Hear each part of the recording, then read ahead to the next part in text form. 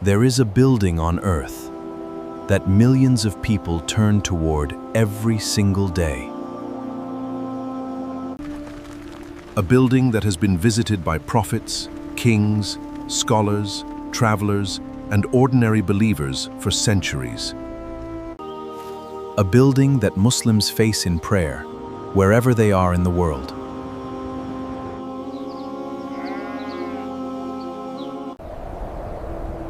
It stands in the heart of Makkah.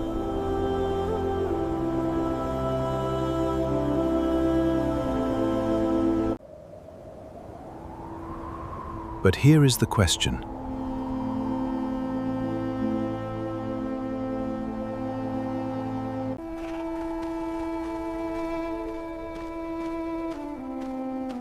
Who built the Kaaba? Why was it built in the middle of the Arabian desert?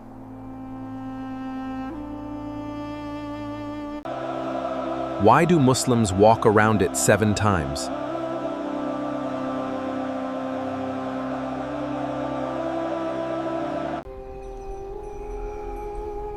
What happened to it before the time of Prophet Muhammad? Why was it rebuilt by Quraysh? And perhaps most remarkably, how did this simple structure become the spiritual center of more than 1 billion Muslims around the world? Allah says that the first house established for humanity was the one at Bakkah, blessed and a guidance for all people.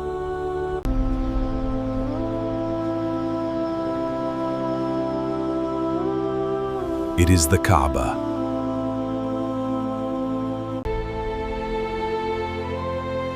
This tells us something extraordinary.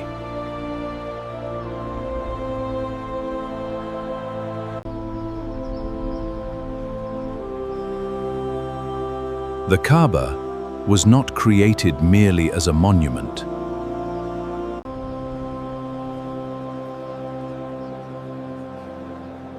It was established as a place of worship. And its location was not chosen by human rulers.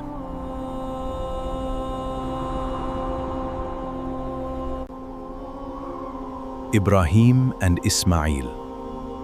Imagine the landscape of ancient Makkah. No modern buildings, no enormous roads, no skyscrapers.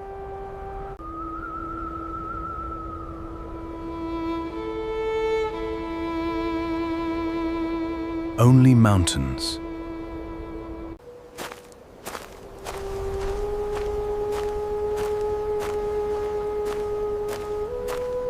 Rocky valleys, and an extremely harsh environment.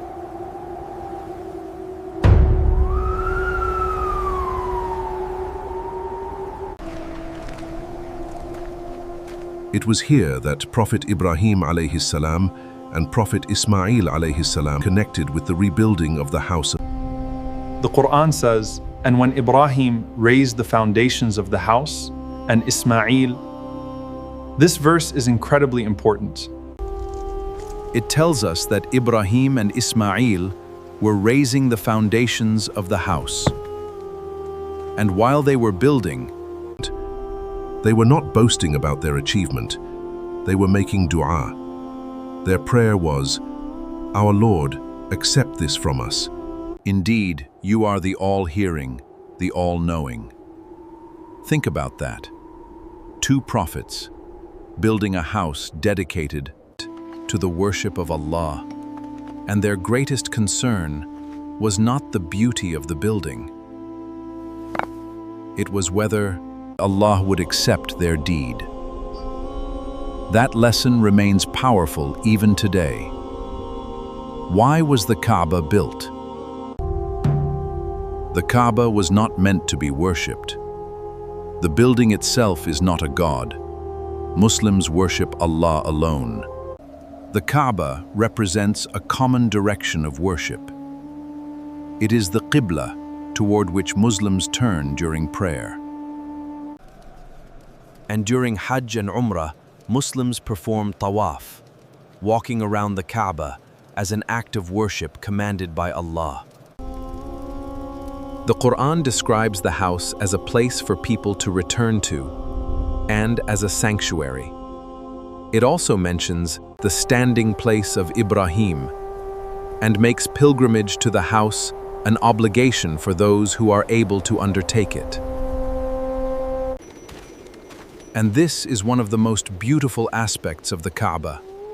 A person can arrive from Africa, another from Asia, Another from Europe, another from America, and another from the Middle East. Different languages, different cultures, different appearances. But when they stand around the Kaaba, they stand as one ummah. The Kaaba before Islam. Centuries passed. The Kaaba remained in Makkah, but its religious environment eventually changed dramatically. By the time of pre-Islamic Arabia, idolatry had become widespread. The Kaaba became surrounded by idols. The original purpose of the house, the worship of Allah alone, had been corrupted by the practices of Jahiliyyah. Yet the Kaaba itself remained a place of enormous importance among the Arabs. People traveled to Makkah. Tribes gathered there. Trade took place. Pilgrimage traditions continued. But many practices had become mixed with polytheism and superstition. And then, something remarkable happened. Before Prophet Muhammad sallallahu alaihi wasallam received revelation, the Kaaba itself needed reconstruction. And this reconstruction would lead to one of the most famous incidents in the history of Makkah. The Kaaba had suffered damage. Quraysh decided to rebuild it. But there was a problem. The work reached the point where the black stone, the Hajar al-Aswad, needed to be placed. Who would receive the honor? Each tribe wanted the privilege. The disagreement became so serious that conflict seemed possible. Then a solution was proposed. The first person to enter the area through a particular entrance would make the decision. And that person was Muhammad sallallahu alaihi wasallam. Even before prophethood, The people of Makkah knew his reputation for honesty and trustworthiness. He was known as al-Amin. Instead of choosing one tribe, he placed the black stone on a cloth. Then he asked representatives of the different tribes to lift the cloth together. When they reached the proper place, Muhammad sallallahu alaihi wasallam placed the black stone into position. A conflict that could have divided Quraysh was resolved through wisdom. But there was another important change during this reconstruction. And centuries later would learn about it directly from the Prophet Sallallahu. The Kaaba was not built exactly on Ibrahim's foundations. Aisha radiyallahu ta'ala anha asked Prophet Muhammad sallallahu alaihi wasallam about the Kaaba. It is pure devotion, built for all mankind. He explained that when Quraysh rebuilt it, they had reduced part of it from the original foundations of Ibrahim alayhi salam. Why? Because Quraysh had limited resources for the reconstruction. The area outside the present walls, known as al-Hijr or Hatim, is connected with the original foundation in the prophetic explanation. The Prophet also said that if his people had not been so recently removed from their pre-Islamic beliefs, He would have rebuilt the Kaaba upon Ibrahim's foundations. But he chose not to do so. Because he did not want to create confusion and division among newly converted Muslims. That decision reveals something profound. Sometimes, even when a person knows the ideal solution, Wisdom requires considering the condition of the people around him. The prophets returned to Makkah. Years later, the story of the Kaaba entered its greatest chapter. Prophet Muhammad sallallahu alaihi wasallam and the Muslims Eventually returned to Makkah. The idols that had surrounded the Kaaba were removed.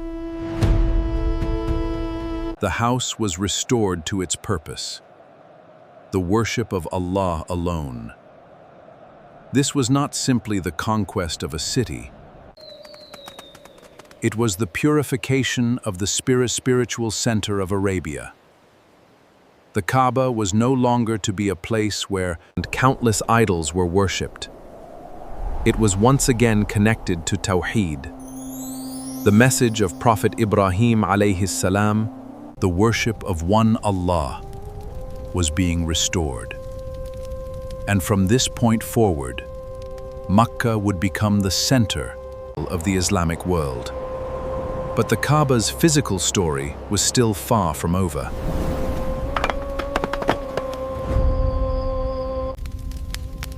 After the time of Prophet Muhammad sallallahu alaihi wasallam, the Kaaba experienced further changes. One of the most important came during the time of Abdullah ibn al-Zubayr, radiyallahu anhu. The Kaaba was damaged by fire during conflict in Makkah. Ibn al-Zubayr decided to rebuild it. He relied upon the report from Aisha, radiyallahu ta'ala anha, about the Prophet's statement concerning the original foundations. He therefore rebuilt the Kaaba, incorporating the area of al-Hijr, and constructed 2 doors. This reconstruction was significant because it attempted to bring the structure closer to what the Prophet Hassan had described as the foundation of Ibrahim alayhi salam. But history would soon change again. After Ibn al-Zubayr was killed, the Kaaba was rebuilt once more under the authority of the Umayyad government. The portion added within the Hijr was removed, and the structure was returned to the earlier Qurayshi configuration. the Kaaba through the centuries. Over the centuries, the Kaaba witnessed wars. It witnessed floods and fires, political conflicts, and repeated maintenance. Yet its importance never disappeared. The surrounding mosque expanded. The city of Makkah grew. And millions upon millions of Muslims began traveling toward the house. One fascinating detail comes from the early Islamic period. During the lifetime of Prophet Muhammad sallallahu alaihi wasallam, there was no large enclosing wall around the Kaaba. People prayed around it openly. Later, during the Caliphate of Umar, a wall was built around the area. Today, the Kaaba stands at the center of Masjid al-Haram in Makkah. Every year, millions of Muslims travel there for Hajj and Umrah. But perhaps the most powerful thing about the Kaaba is not its architecture. It is what happens around it.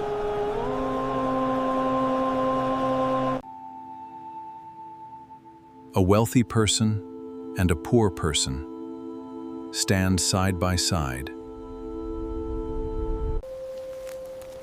A king and an ordinary worker stand side by side. People who have traveled thousands of kilometers stand beside people who live nearby. During Tawaf, they move around one center. During Salah, Muslims across the entire planet face toward one direction. The Kaaba, therefore, represents something much greater than a building. It represents Tawhid, unity, worship, and submission to Allah. The black stone. And then there is the Hajar al-Aswad, the black stone. It is one of the most famous features of the Kaaba. Muslims do not worship it. They follow the Sunnah of Prophet Muhammad sallallahu alaihi wasallam concerning it. Its history is connected to the rituals of Hajj and Umrah. And touching or kissing it is an act of following the prophetic practice when possible. But the stone itself is not the object of worship. The object of worship is Allah. That distinction is essential, because the entire history of the Kaaba, from Ibrahim alayhi salam to Ismail alayhi salam to Muhammad sallallahu alayhi wasallam, returns to one central message: worship Allah alone. The final message. So, what is the complete history of the Kaaba really about?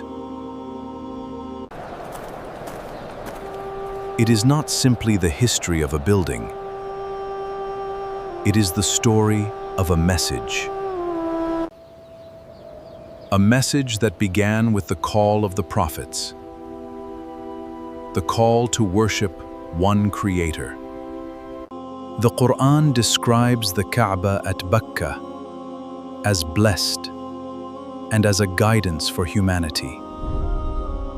Ibrahim alayhi salam and Ismail alayhi salam raised its foundations while asking Allah to accept their work. Quraysh later rebuilt it, and Prophet Muhammad sallallahu alayhi wasallam resolved their dispute over the black stone. Centuries of history followed, but the purpose remained. And today, when millions of Muslims stand around the Kaaba, they are not simply looking at an ancient building. They are standing at the center of a tradition of worship, a tradition that calls humanity back to Tawhid. And perhaps that is the greatest lesson. Buildings can be rebuilt. Walls can change. Generations can disappear. Kingdoms can rise and fall. But the message of worshipping Allah alone remains. This is the story of the Kaaba. And this is why Makkah remains one of the most extraordinary places on earth. May Allah invite us to His sacred house, accept our worship, forgive our shortcomings, and keep our hearts firm upon Tawhid.